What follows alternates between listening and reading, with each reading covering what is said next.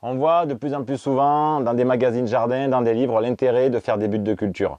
Bien entendu, faire des buttes de culture a un intérêt. On est sur une technique différente de la lasagne, où dans la lasagne, on ne met que de la matière organique. Là, on va faire une butte de culture pérenne, où on rajoute de la terre, qui va donc durer plusieurs années. L'intérêt de faire ces buttes, c'est à la fois de créer des sols très fertiles, parce qu'on y rajoute beaucoup de matière organique, mais aussi de créer un microclimat avec des milieux plus drainants, qui se réchauffent plus vite au printemps, mais qui peuvent des fois engendrer un peu de sécheresse. Donc attention en créant la butte, on fait bien attention de son contexte en se disant, en créant la butte, je vais surélever mon sol, je vais ramener de la fertilité, mais je risque d'amener de la sécheresse.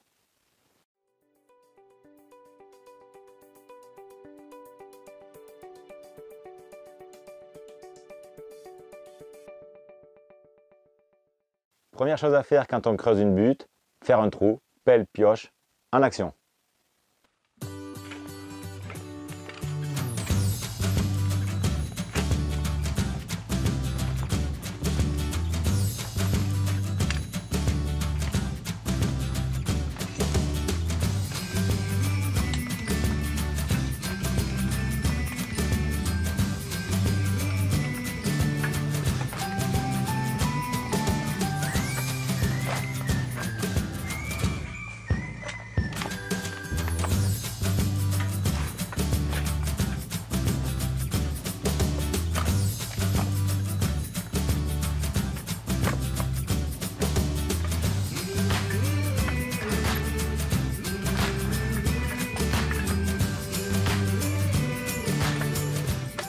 Une fois notre terre décaissée sur une vingtaine-trentaine de centimètres, on va venir, si besoin, greliner et on le fera notamment dans les sols argileux qui sont un petit peu compacts pour pouvoir apporter de l'air sur le fond de la butte.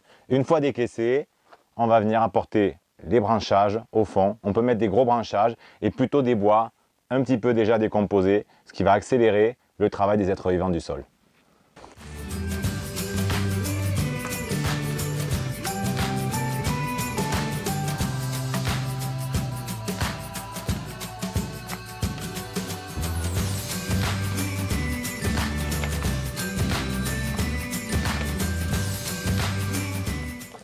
Pour compléter l'apport de ces matériaux très ligneux, très carbonés, on va rajouter des matériaux azotés, des vieux restes de légumes, du compost pas trop décomposé, du fumier qui va nous apporter une dose d'azote et qui va boucher les interstices entre les branchages, ce qui va favoriser leur décomposition.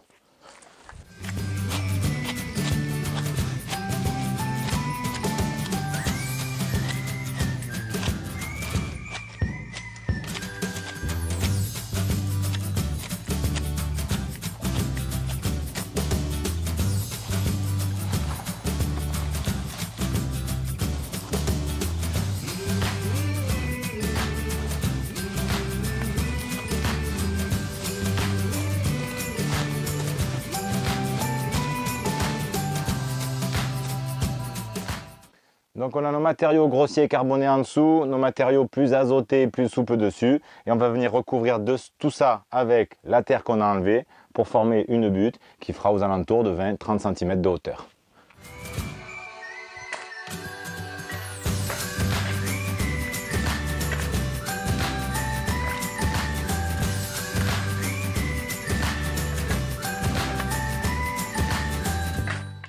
Ça y est, on vient de finir notre butte, on a remis la terre de partout.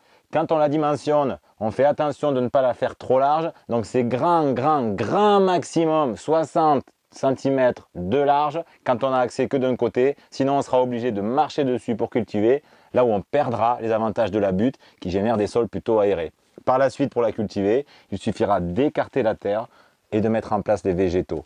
Au fur et à mesure des années, la butte, elle va se tasser petit à petit. Au bout de 4-5 ans, elle aura quasiment disparu parce que les matériaux se seront décomposés. Donc pendant ces 4 années de culture, on vient régulièrement rajouter de la terre et de la matière organique pour lui redonner sa hauteur. Voilà le résultat. On a planté nos végétaux, notre butte a poussé, on n'a pas eu de problème de sécheresse. On va laisser la butte pousser pendant toute la saison et à la fin de l'année, on viendra arracher les cultures d'annuel, on laissera les vivaces et on laissera le paillage présent pendant tout l'hiver. L'année prochaine, on reviendra au printemps, rajouter un peu de compost pour redonner de la hauteur à la butte et replanter pour partir sur un nouveau cycle jardin.